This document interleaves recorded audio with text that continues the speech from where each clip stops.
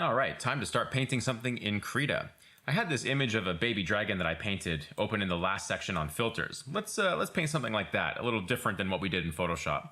I'm going to use this app called PureRef, which you can just Google PureRef. There it is. That's the name of it there. Just going to X that out.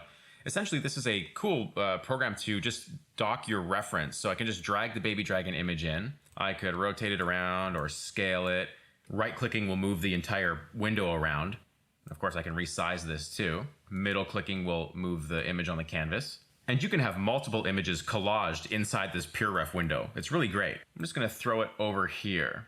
Maybe move my canvas up, bring back PureRef. If I right click, I could go to mode, always on top. So that means if I'm in Krita, my dragon image in PureRef will just stay floating there.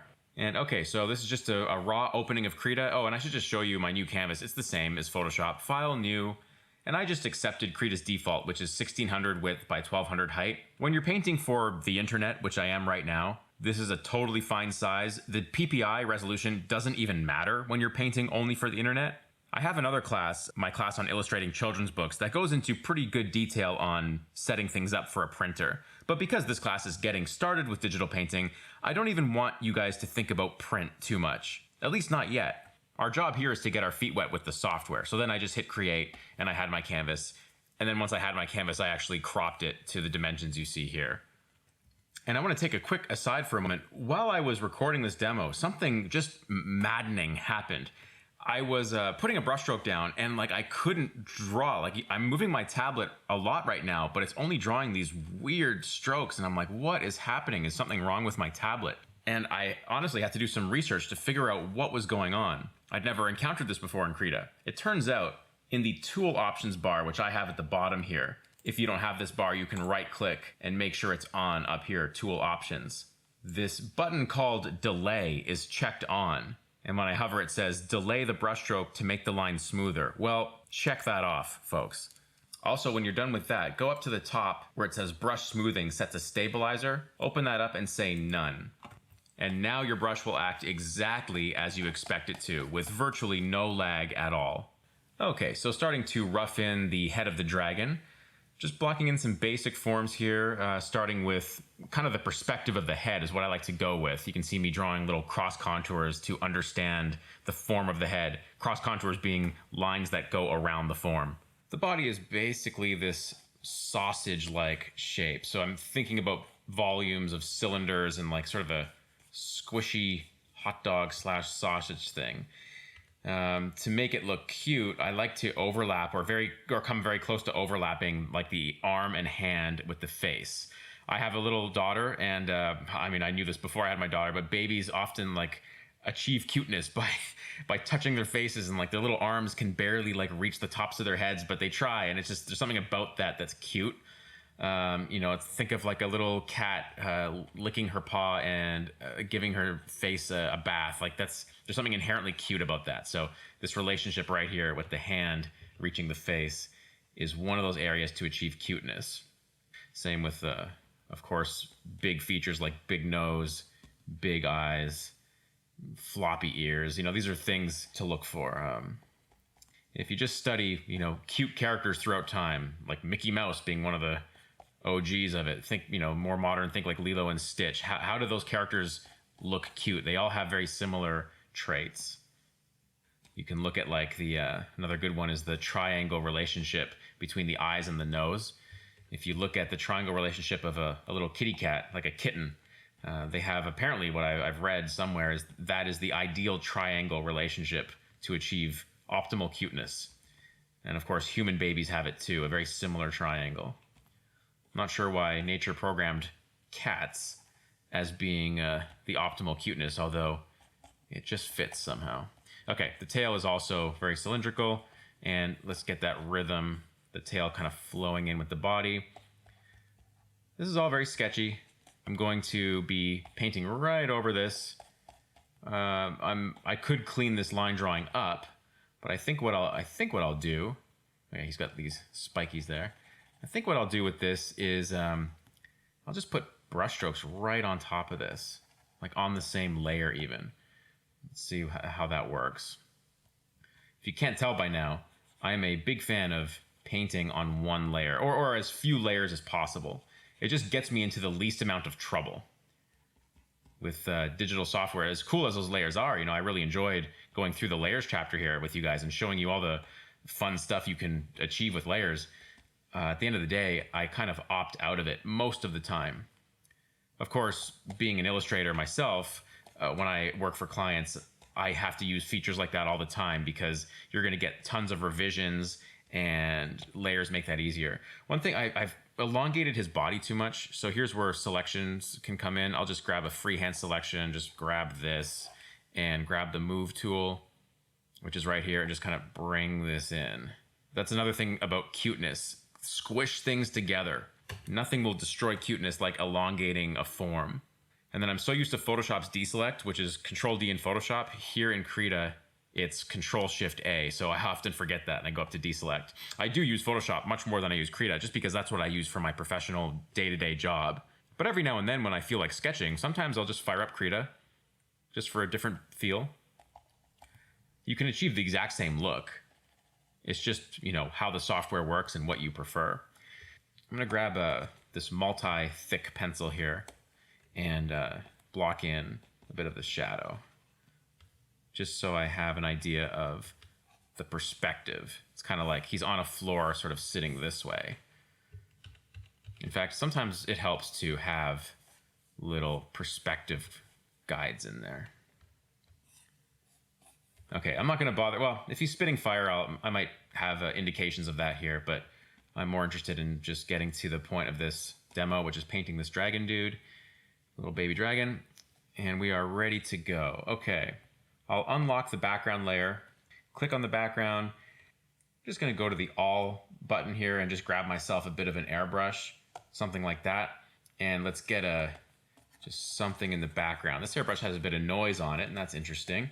If I wanted no noise, let me just grab another one. This one's more just digitally clean, which is okay. I mean, I usually don't like digitally clean brushes by default, but in this case, I'm going to be adding a lot of like textural brushstrokes into the scene and the character when I paint him. So in this case, I just want to block in something clean behind him might actually help. All right. And then what I'll do, I'll just go grab a paintbrush. Anyone will do. That guy is fine. Actually, maybe one with a wet mark. So let's see, let me scroll through here. Maybe click on paint. Yeah, this one, something with the water droplet, because that will allow me to blend the color right into those blues a little bit. And I can reduce the opacity, as we saw in the brushes section of this class, to sort of blend it in with the colors that are going on around it.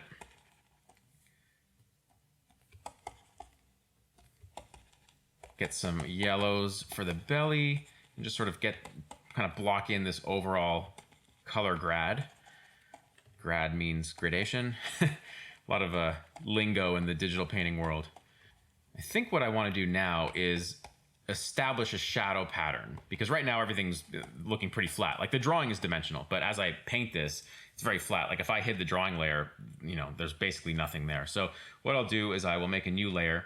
I'll set that layer to multiply, which is here. I'll go into the digital bar and find like a marker, like something like, I don't know, this. And let's see, let's pick a nice warm color, which I think will look okay. Reduce the opacity a touch. And with this marker on a bigger brush size, holding shift to determine my brush size here, back that off a little bit, I will block in some shadow stuff. This brush doesn't have, this brush is interesting. It's kind of a calligraphic style brush. And yeah, this is cool. Let's chop out some form with this. I feel like I'm chiseling, like I'm sculpting or something. And I can change the color of my multiply brush, of course, as I go. Like if I want the nose to be a bit more bluish, I can go and get that in there. Just mix and match colors in the shadow. So long as the shadow shapes are good, the color almost doesn't matter. But a warm color, I think, will help sell the cuteness of what's going on here. Maybe a bit more blues for the spike thingies of the dragon.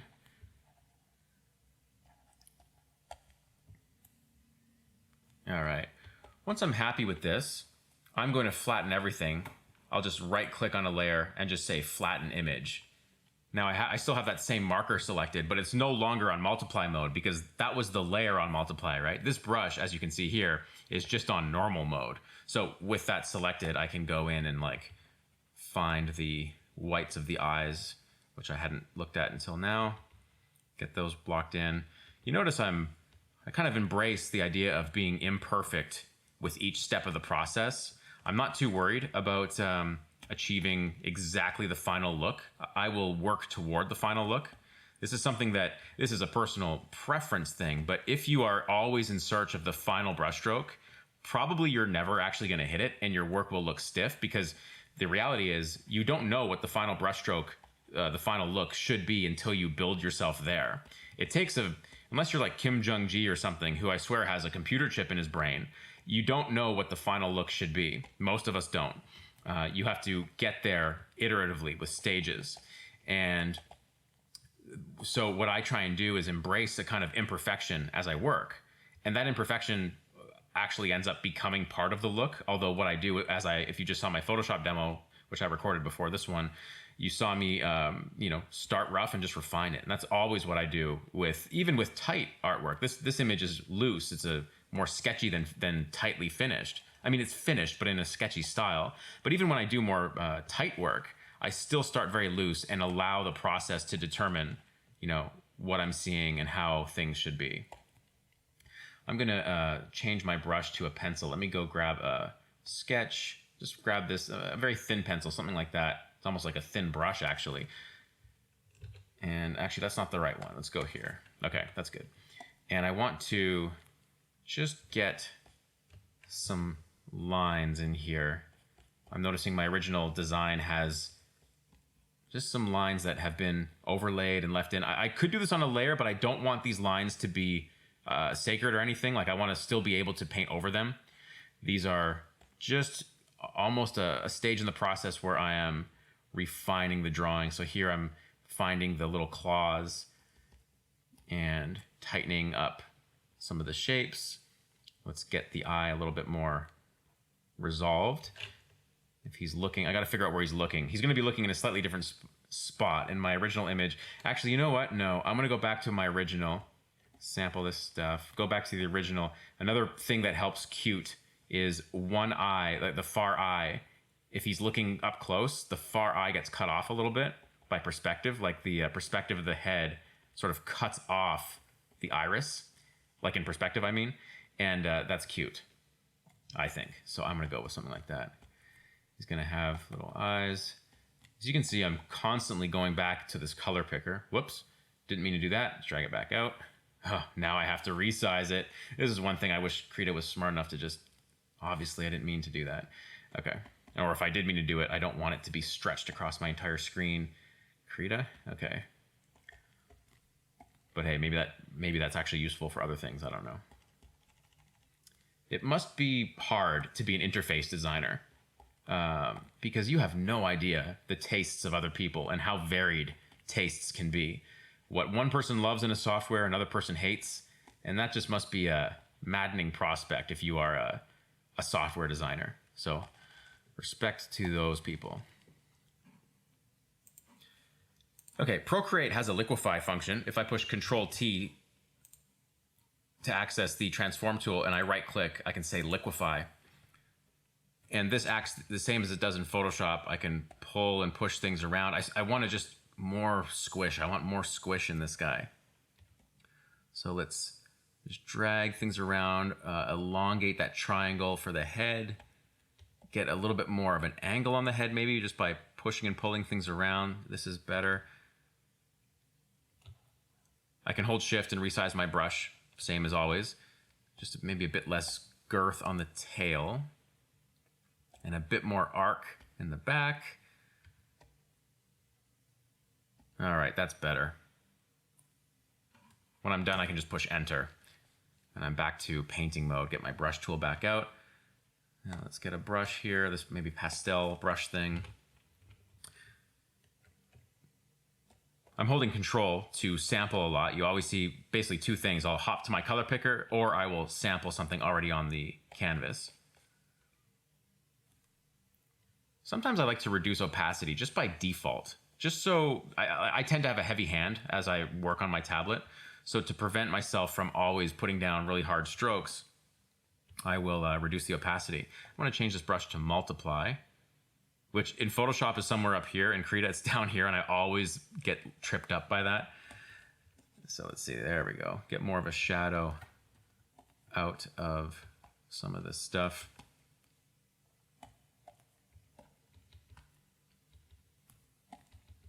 I want to get the actual line of the mouth. Because I'm on multiply mode, I'm picking light colors, which will still darken, right? Multiply is a darkening mode, as we've seen. So sometimes when I use multiply, or a lot of the time, I'm actually picking pretty light colors. And it's the opposite for like screen mode or dodge mode. That's a lightening mode, so I'm picking dark colors when I'm on those modes. A little twisty mouth is another thing that's kind of cute. Let's get the eyeballs in here. Okay, get myself back to normal mode. See, I wish normal was just at the top because that's the main one you want, but anyway. That's just my bias. I'm used to Photoshop.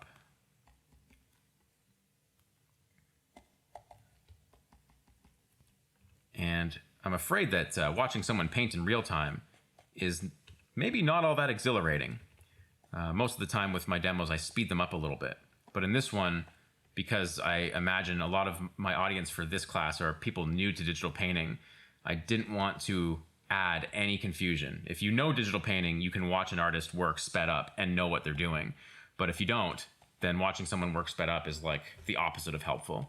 But it comes at a bit of a cost where you kind of have to endure periods where I'm just not talking very much because I don't actually have anything to say other than I'm just working out the problems of, you know, painting form and stuff. I think what I'll do, I want to start getting at some form on the leg. So this part of the leg is pointed up, sorry. So I'm going to get a lighter value on it. Painting right over the lines. I feel like it's time to switch my brush. Let's go into the paint mode here. And let's try a palette knife. Reduce the opacity a bit.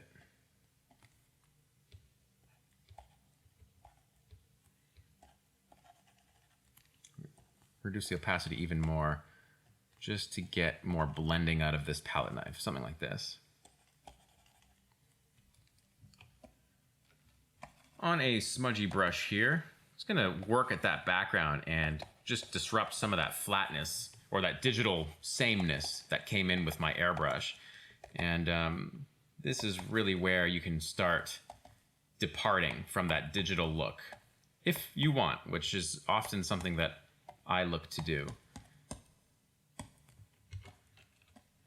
So I just sample things, mix it in. If that blue is too strong, I'll just mix in another color. This is often how I paint. I don't use undos. I talked about this in my Photoshop demo. I don't necessarily use undos to correct quote-unquote mistakes. I usually prefer to work into mistakes and correct them just by overlaying more correct strokes. I'll use undo if I don't like the actual look of the stroke. With digital, depends on which brushes you use, of course, but with digital, it can be a little tricky to know what the brush stroke will look like, especially if you're using like a very textured brush or something with a random setting on it, like, you know, spattery brushes or something. Like this brush has a bit of texture. Sometimes it can be hard to know exactly where that texture will land. That's where I'll use undo. With pencils and stuff, it's a lot easier to control them. And generally, in my own painting experience, I do prefer brushes that are controllable. Sometimes you need to introduce a bit of that chaos to offset the digital look, as I just talked about with the smudging here.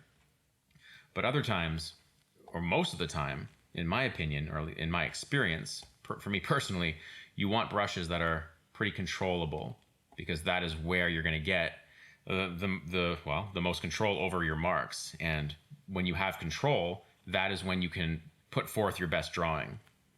Drawing meaning like the shapes I'm making, the perspective I'm following, which in this case is a very cartoony perspective. It's not like it's anything accurate, but there is a logic to it. There is perspective here that I'm following. I'm going to crop this. I don't need all this space.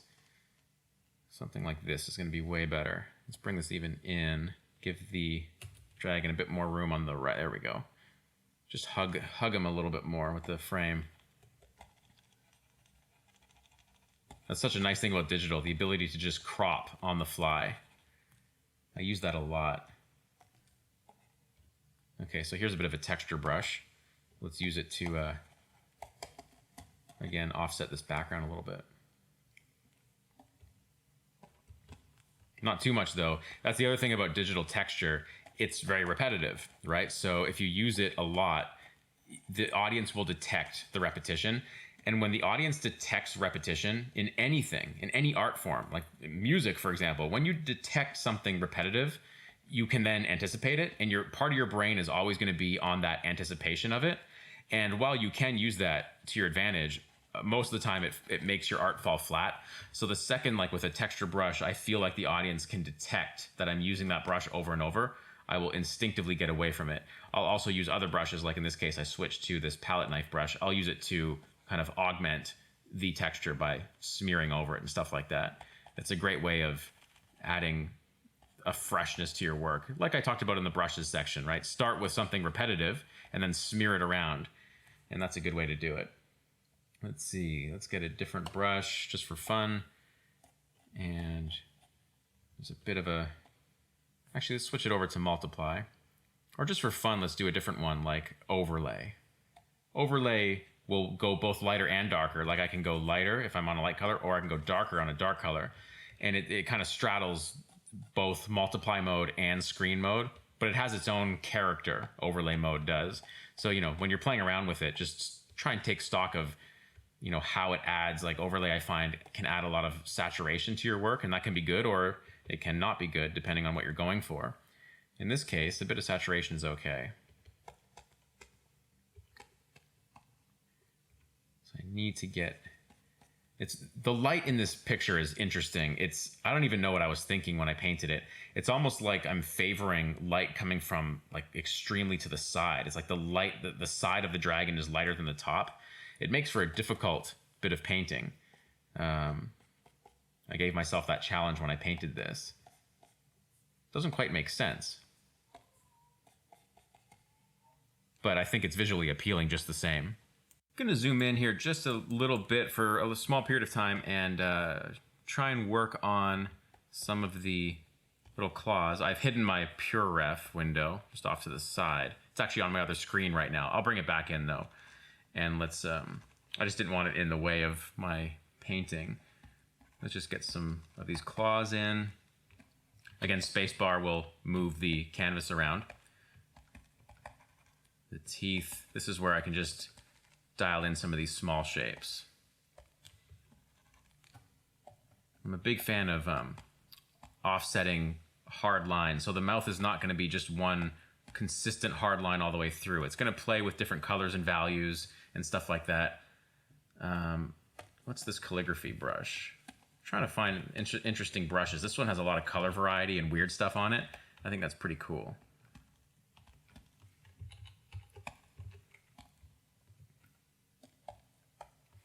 Maybe I can use it for like the nostrils or something, and maybe to start indicating some of the fire flames that's emanating from this guy. Just get some basic shapes in here. Okay. Let's just quickly save this. File, save as. It automatically gets you to the Krita document .kra format. That's the equivalent of .psd for Photoshop. So I'll just call this guy Baby Dragon. Hit save, and there we go. That would also save any layers you might have going. And it's uncompressed. So that's the format to save when you're using Krita. All right, through the magic of editing, this has been invisible, but this is the next day. I had to take a break from that previous sketching session. So I've hidden the Pure Ref image, and even for myself, I can't see it anymore either. And I just want to work on this on one layer, you know, as if this were a brand new painting and not studied off of something else. I think I'm going to switch up my technique a little bit too. I like what's happening, but I think I want a few more hard edges and like some graphic decisions. Also to do something a bit different than I did in Photoshop in the previous demo. So I'll make a new layer, and I will grab a selection tool, maybe the freehand tool here, and just start picking out some shapes. This will be some of the light on the dragon's body. I'll hold shift to multi-select this, you know, make a few selections here. Maybe this. And let's grab the paint bucket fill and go with something like this. And oh yes, it's not filling everything because I still have all layers sampled. That should just be current layer. And now I can just fill like that and select, deselect. Okay, that looks horrible, but if I switch the layer mode to one of these, say overlay, and then went up to filter and do my old trick where I just pick any one, and the one I want is actually the HSV adjustment. The hue's fine, a bit less saturation maybe, and perhaps a bit more lightness, something like that.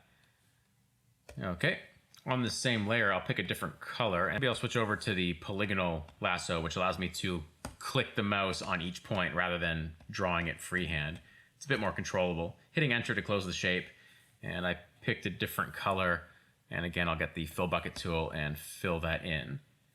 I'll undo that, it's a bit too strong, pick a different color, and just dial in, there we go, something like that. And the shortcut here for deselect is Control-Shift-A. And I'll try to make another shadow shape for the head, and oops, that filled the whole layer. Although, I didn't mean to do that. I thought I had the selection tool active, I had the paint bucket tool, and I filled the whole layer, but I kind of like that. So I think what I'll do, let's roll with that. I'll get an eraser. Let me just go to my erasers, grab this, and I need to be on the brush tool to have that active. And I'll erase out some of that to get back my original color layer. So this is on a layer, right? So I can erase this right out. So I don't want all of it to be present, but I do like, it kind of had a harmonious, like unifying effect on the colors that I wouldn't mind keeping some of. So I'm just erasing this out just based on taste. And let's go with that. Once I'm happy with that, I can just turn on and off this layer. And yeah, I definitely think it's better with the layer. So I will push Control-E to merge it down. One thing I do remember about my original sketch is it had these little like mole things, not moles, but like little spots of color that are like the dragon equivalent of moles. And I liked that. It also allowed me to continue this motif with the hard lines. So I'm just drawing some of them out and just literally outlining them. I learned this technique from Drew Struzan. I think I mentioned Drew in one of my earlier sections of this class. I love Drew Struzan's work. He's one of my favorite artists of all time. And one thing he does is his work upon first glance looks very realistic. If anyone doesn't know who Drew Struzan is, he's the famous portrait artist from like 80s and 90s basically. Like he did the Indiana Jones posters and the Back to the Future posters, and he's responsible for so many iconic pictures that we all have in our brains, whether or not you know the name Drew Struzan or not. He does this cool thing where he'll make these shapes, and then he'll go in and he'll just add little accents of outlines to them, and it's almost invisible if you're just looking at his work from afar. Like if you just look at a small internet cropping of it, you almost don't see this. But the second you zoom in, you notice that he does a lot of work with colored pencil. And I've seen him work. He has a DVD out where he paints a Hellboy image, the poster for that. And he does a lot of this stuff with pencil crayon or colored pencil. And I got really inspired by that, because you have this way of like getting hard edges with these repeated pencil strokes, but you can still kind of group them to make bigger shapes. Like, if I do this, I've essentially made a shape that looks like a square, but I've done it with hatched strokes.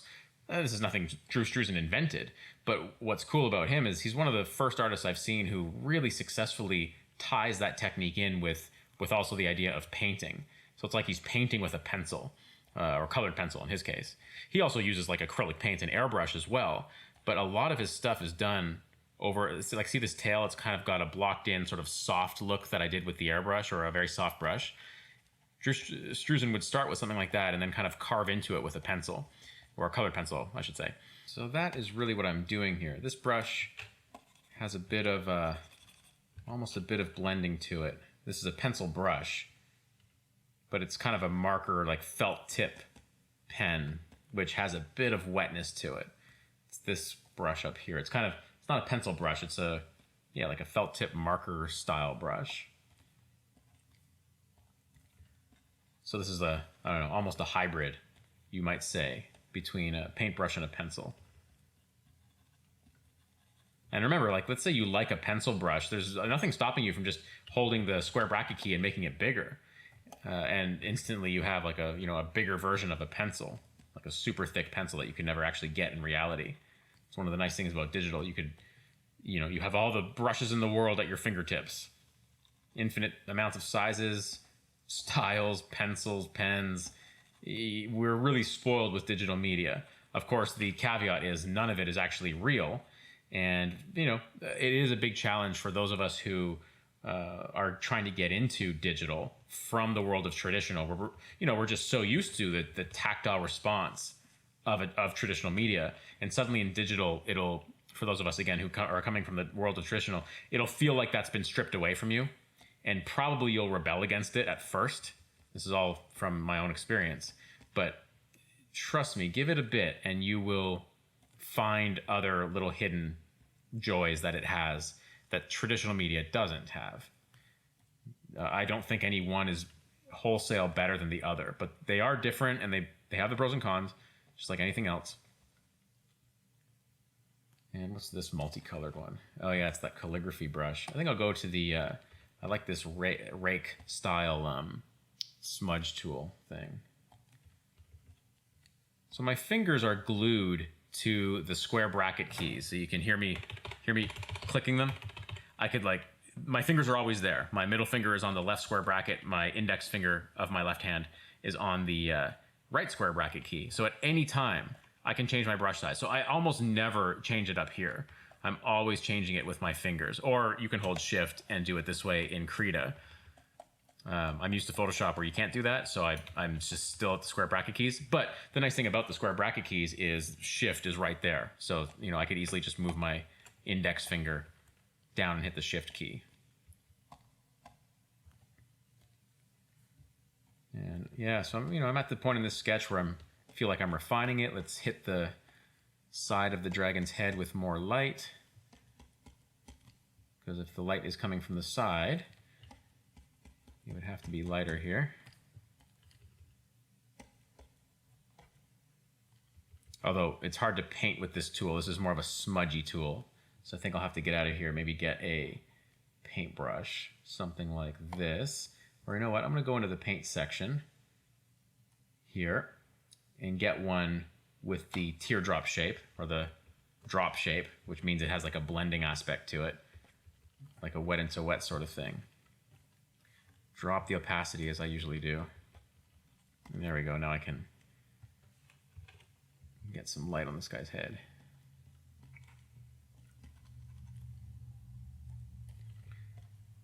And I am, at this point, I'm just working away on little individual areas until I feel like it has the look that I want to call final. And I'm using my own aesthetics here. This is a beautiful thing about art, right? There's no one to tell you when you're finished and no one to tell you what it should look like. That's up to you. If you're studying from another artist, maybe that tells you what it should look like, because after all, you're trying to do a study to potentially mimic that person's style as a learning tool. But in this case, I'm not doing that. I mean, I started with my own sketch as reference, and when I did that sketch, I didn't have any reference. So I really have no, North Star on this other than my own instincts. And that's really where you want to get as any form of artist. If you're just starting with traditional digital media, which I assume you are because you're watching this class after all, I recommend definitely do your own art, but also try and you got to get a feel for the software first and make it feel a little bit committed to instinct. That it takes a bit of time. That's, again, hopefully why you're watching this class, and hopefully something you're getting out of this class is you're able to focus your efforts and, figure out how certain things work so you don't have to figure it out again. But studies are, actual paintings are what will help you use those tools. And once you use the tools, that's when you'll know. It's like, okay, I want this a particular type of brush stroke. I know that's, in whatever set you have. And you know how it feels on the canvas. Just like any traditional tool. Maybe some highlights running along the snout. And of course, a little cutesy circular highlight on the nose. And while I'm here, there's going to be little highlights on the eyes and stuff.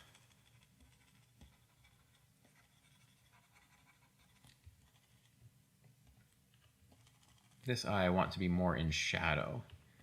It's going to pick up a lot of reflected color from the background, so I'm going to give it more of a bluish kind of shadow. Switch my brush to a blending brush, although maybe not that one.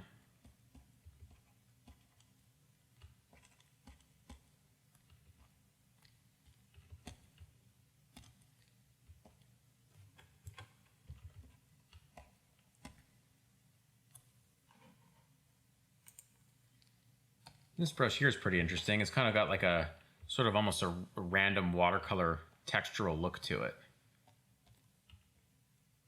So I'll paint with that a little bit. Probably dip down on the opacity a touch. And you notice, you know, as I do these sketches, it's pretty rare that I actually enter into the brush menu and change it. I mean, sometimes, but I just kind of look at what's available, and I just try and make art with it. But, you know, sometimes it's helpful to go in here and you get a few other options. Like this looks like a nice little scatter brush that maybe I could set to multiply mode and scatter in just a little bit of, it's like you can hear me hitting the tablet with my brush, right? Just dot in a few little textures, maybe like these are like freckles or something. I don't want to overdo this, but I will come up with a few spots and then maybe switch back to a thin brush like a pencil or something. And with that, I could zoom in a bit here and add some little outliney bits.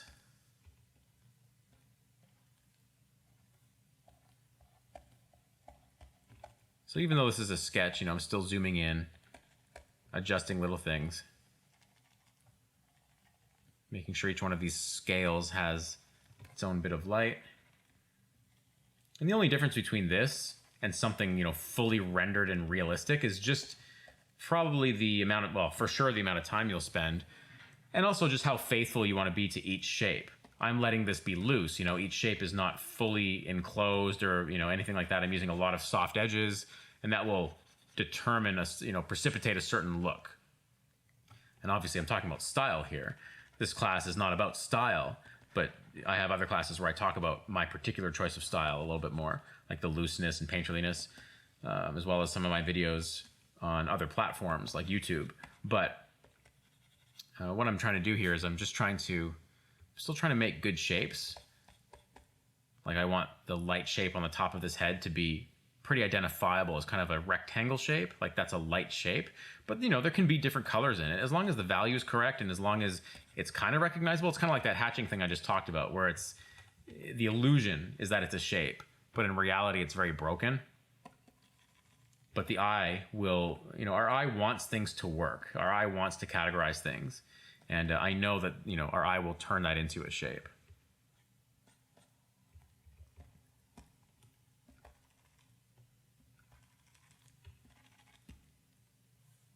I don't like staying zoomed in too long, by the way.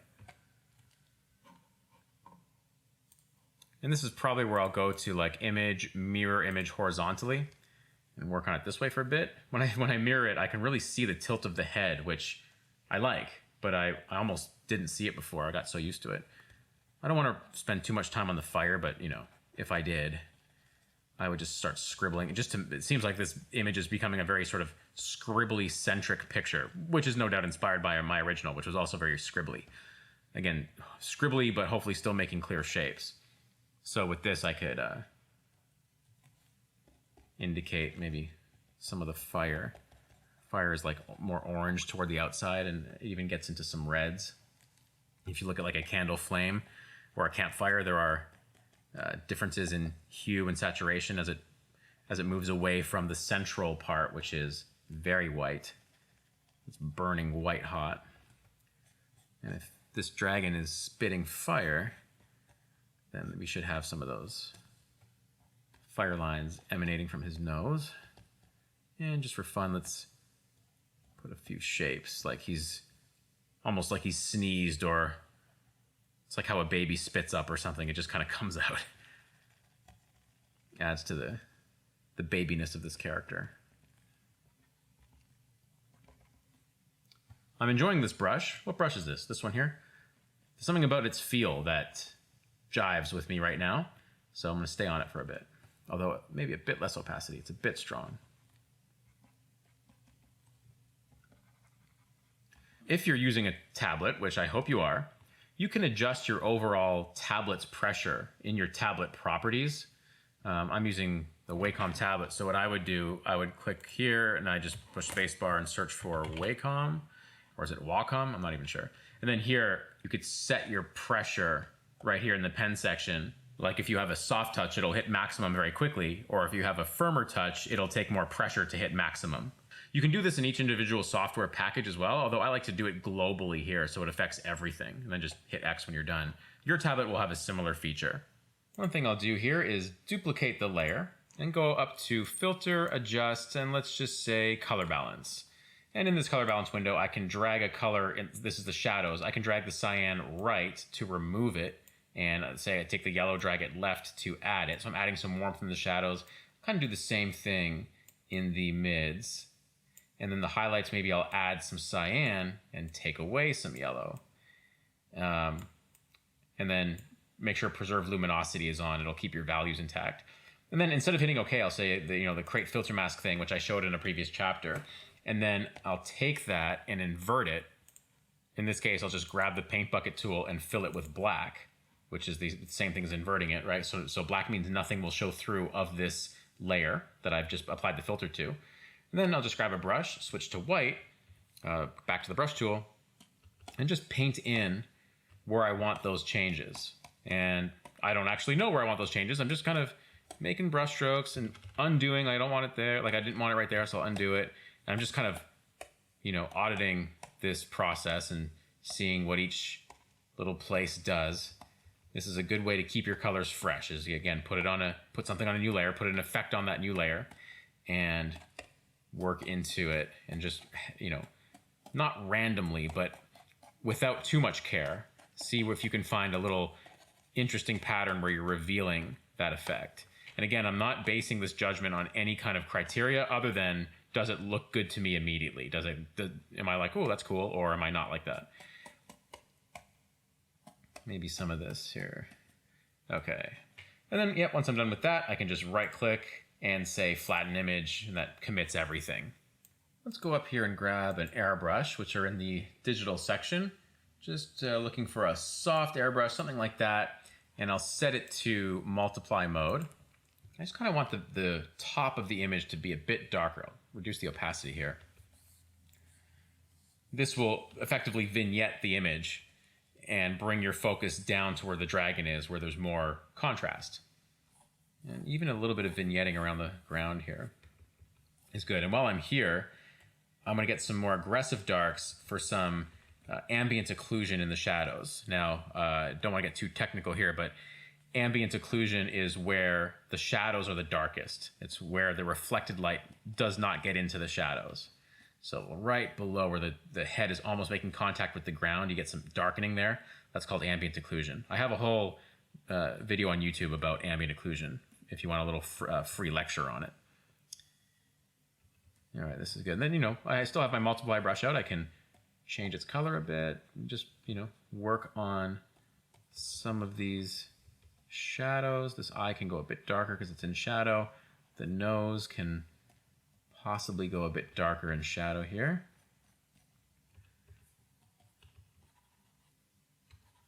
The sort of armpit area, if I can call it that. Also right here where the belly is kind of crammed up against the leg. I feel like there should be some shadows here. And this is just a soft airbrush. I usually don't paint with the airbrush too much, but it is good for little touches like this. Generally speaking, I'll reserve the airbrush for two things, like blocking in big areas like I kind of started this image with, and also what I'm doing here, which is little refinements later.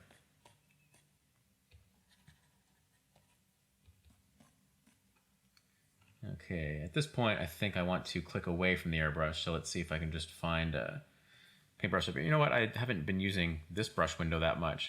It is handy. I just said earlier that I've been using this window more and then I've been back here. But I'll go grab a paintbrush, something with a little water to it. And I want to soften this edge of shadow that has been bugging me this whole time. Of course, the water icon again means it has a blending aspect to it. And the blending aspect is a really good way to deviate from the stamp nature of a brush. You know how I talked about in the brushes section, at least in the Photoshop section of the brushes chapter, that brushes are essentially stamps. They repeat. Well, the best way to get away from that is to combine them with smudgy brushes that, yes, they repeat too, but it's much less visible because they're literally blending the paint around them, thereby masking the repetition. Great ways to get softer edges. You can paint that way, you know, find brushes that give you a hard edge, and hard edges are nice because they allow you to make very distinct, clear shapes with those hard edges. And then go in with a smudgy brush and blend them out. Find, you know, not everything, but find areas that should be more soft and use them over your hard edge shapes. Like right here, I'm just kind of augmenting this hard edge a little bit, just fading it into the background just a little bit. And this is how you can think about edge control and, you know, all the stuff that is part of an actual fundamental toolkit for painters. Like edge control is a painting fundamental. And you know, of course, you use your brushes that you have at your disposal to get varieties of edge in your painting, just like you would traditionally. You could, you know, and if you're painting in oil, you could use your finger to create soft edges. You would use maybe a bristle brush filled with paint, or maybe a palette knife to make harder edges. And digital is the same. You have different tools that give you different edges, and that contributes to the foundations of your painting. Again, this class is not about painting fundamentals. You know, that would make the class 3 times as long. I have other lessons about those things, though. With this, I want to take whatever, you know, this class, whatever skill set you're coming in with, and I want to help you adapt it to the digital medium. That's the goal of this class. So I apologize that I'm not, you know, getting into the nature of edges and brushwork and all that stuff more deeply, but honestly, it would be a disservice if I tried to cram that into this class.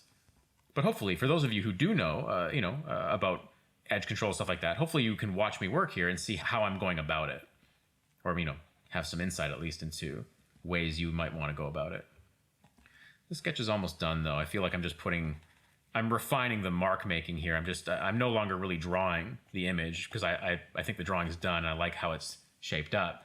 At this point in any image, not just this one, I'm refining exactly the look of each brushstroke, putting marks here, putting marks there, you know, evaluating how it's looking. And then once I'm happy with how it looks, I'll call it finished. And there's no formula for that. You know, a very common question is, how do you know when you're done? Well, I feel like I know when I'm done when I have examined, you know, every square inch of the painting. And I don't mean like zoom in like this and look at it. I don't mean that, but, you know, stay out at 100% or less, and just make sure that I'm aware of, you know, what each edge is doing and what each passage looks like, and, you know, if they all play nicely together.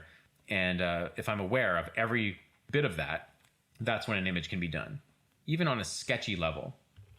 Like if it's just a sketch. If it's a final painting, I'm hyper vigilant about that. If it's a sketch, I'm still pretty vigilant about it. It's the only gauge I have to know if the work is done. But at the same time, you can, you know, bring down the hammer a little more lightly on a sketch. Let the sketch live, you know. Like that's the thing that the sketch really nurtures. And a lot of people react to the fun of a sketch. It just looks like, you know, hopefully it looks like I'm having fun when I paint this. If someone were to just see this dragon, it's like, oh, you know, that artist enjoys what they do. That's kind of what I want the sketch to look like. And the final should have that as well, while at the same time also perhaps being a bit tighter. And that's a tough balance to achieve. I'm still working at that. But that's like my ideal, is to make it look both fun and finished and tight and detailed and loose all at the same time. Here, I'm more focused on the fun and loose part, which again is a great way to learn digital painting because you really can experiment with so many tools this way. And that's the thing I also want to bring your attention to. A sketch that looks loose is not necessarily achieved carelessly. I feel like I'm spending a lot of scrutiny on these strokes, and I'm achieving something that's not necessarily a total polish. But what it is achieving is some kind of emotion that I talked about a second ago. It should feel happy and light and like I had fun. And I am having fun, but as you can see, it's still a lot of work. Okay, but let's seriously finish this guy up. I'll make a new layer, and with my selection tool out, I will find just a few highlights here. I'll hold shift to draw a second one here. And maybe a couple few more here. One big one for the eye, maybe another small one there. I'll put this on, well, it is on its own layer. Let's see how this works. I can always erase out, so maybe I'll overdo the highlights a touch and then dial them back, we'll see. Just a couple of little rugged highlights, something like this. I was holding shift that whole time. I'll grab the paint bucket tool and let me set this to color dodge, fill them in, deselect that. And now what I can do is I'll just grab my brush, but with an eraser, up to erasers and low opacity. I'll just erase some of these out.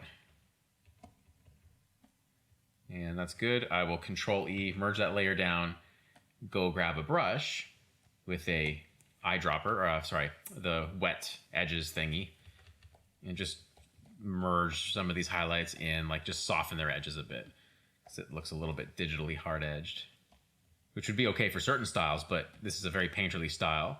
I don't think it suits all those hard edges, so that's where the smudge tool is handy. Maybe I'll lose some of the head into the background. When I say lose it, I mean just soften the edge to the degree where in this one area that I'm circling here, you can't really tell where the head ends and where the background begins. Over here you can, but not over here. It's one of those things in painting where you look at any good painter like Sargent or Wyeth or Leyendecker, they all played with edges along the silhouette. This is one thing in my teaching experience I correct a lot, and that is a lot of students want to make the silhouette hard-edged the whole way through. And that's probably because in real life, objects have borders, like things in real life don't bleed together. But in painting, if you think about that so literally, you'll probably make marks that ultimately look a bit artificial, and it seems a little counterintuitive, like why would that be? But it's because when you're looking at a scene in real life or an object, your eye is not looking at everything equally. It's looking at one part of the scene and making determinations on everything else almost subconsciously. So if you put hard edges everywhere, you are basically, in a way, defying how you actually see the world. And that holds true even down to a simple cartoon like this. I'm still trying to bring to bear my knowledge, or at least what I think I know about how we see the world. And that's, determined through lots of study. So if there is or at least I should say, I hope there's a quality of realism to this, even though it's a baby dragon painted in a cartoony style. I hope there's an element of realism in terms of how I'm treating the viewer's gaze and holding their attention. That is all based on my observations from life. And I try and bring that to my cartooning and illustration. Even, cartoons like this or more realistic illustration, they all get the same idea, which is the theories I've developed on how the eye regards a scene. And it is all about inequality. The eye does not gauge everything equally because your eye is only capable of looking at one area at a time. That's just scientific. I'm not going to sit here pretending to be full of scientific knowledge, but there is a thing called the fovea, and that's where we focus, or that's the mechanism we use in our eyes to focus on something, and that's where the most visual resolution is contained. And everything else, like your periphery, you probably all know this, your periphery vision is not nearly as high resolution. Your periphery vision is mainly to detect motion, whereas the fovea will focus on things in, all their detail, really. And when you're looking at something, like directly at something, that's where you'll see hard edges. Everywhere else, in that one moment in your vision, you'll probably things will register just softly. And in painting, that's kind of what I'm exploiting here, is that idea that you don't see everything with equal resolution throughout. It's something that I've noticed a lot of students struggle with adopting into their work. Not that you have to paint everything exactly like this. Like, I don't even paint everything exactly like this. But I do think about that one principle, like how we see the world in every painting I do.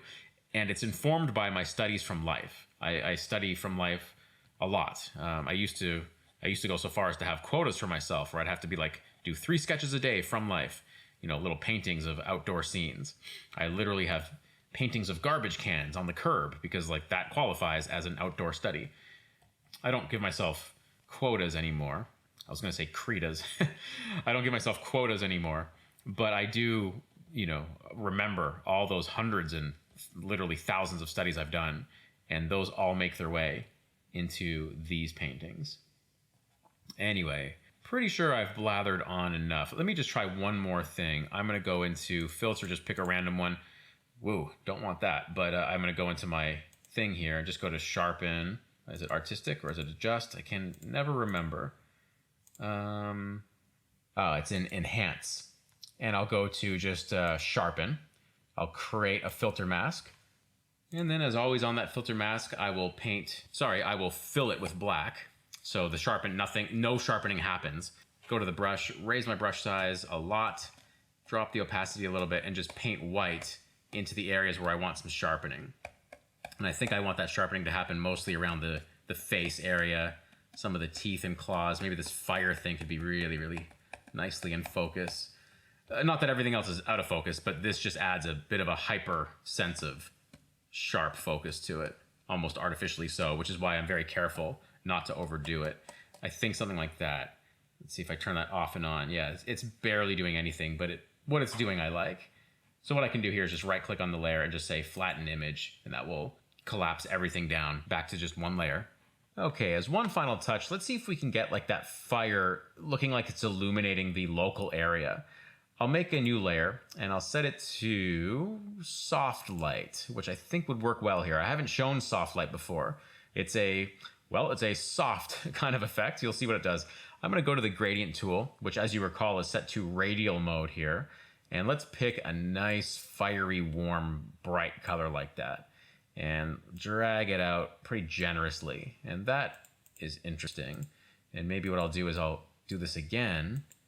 Although, instead of that, I'll make a new layer and also set it to soft light and do another one, but a smaller gradient just to get that. And then maybe on the first one, or no, I'll do a third layer. I'll set this again to soft light, maybe a bit more reddish with this one, a bigger one, but this one I'll really reduce the opacity on. And even, that one's good. And maybe this one, just reduce it a little bit, just mix this effect to taste. Now to preview that, I could click them all off and then click them all on, but a better way is to shift select all three, right click and say group and quick group. Now this is interesting. When I did that, all the effects got collapsed and kind of turned into normal mode. As you can see here, this group is set to normal, but my layers are not meant to be normal mode. They're meant to be the soft light mode. In Krita, you have to click this button here. This is one on the very right. It's called pass through. And what that does is it lets the layer styles, the blending modes, pass through onto the background. In Photoshop, you don't have to do that. In Krita, you do. And this is something I didn't show in the layers section, so I'm happy I remembered to get to it here. That's why I put those effects on different layers so I could show you that. Now, of course, the entire group can be dialed in to taste. Maybe I'll just reduce the opacity just a little bit. I don't want things to look too color-filled there. Just a little bit. Turn it off and on, and you kind of barely notice it's there. And that's it. Might go back to my background layer here, and just very quickly on a multiply brush with very low opacity, just drop in a little bit of shadow as that head is kind of overlapping the arm. I need to show just a bit of shadow being cast on that arm for those forms to make sense how they're interacting with each other. And okay, that wraps up the Krita demo. I hope you enjoyed that. Let's do one final painting together in Procreate.